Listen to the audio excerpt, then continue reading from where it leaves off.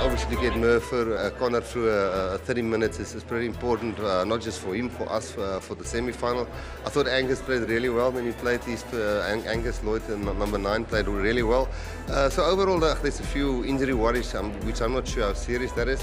But listen, to top the table is obviously nice, but you know, after this game now, it means nothing. Now it's semi-finals and hopefully finals.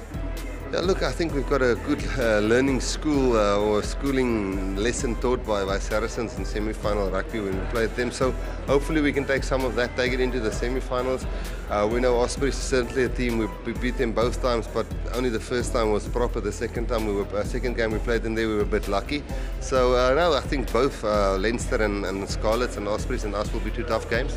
Yeah, looking forward to it. Just found out there that we finished first, so you know that's a great victory for us this year. That was one of our targets. So yeah, all eyes will be focused on Ospreys in 2 weeks.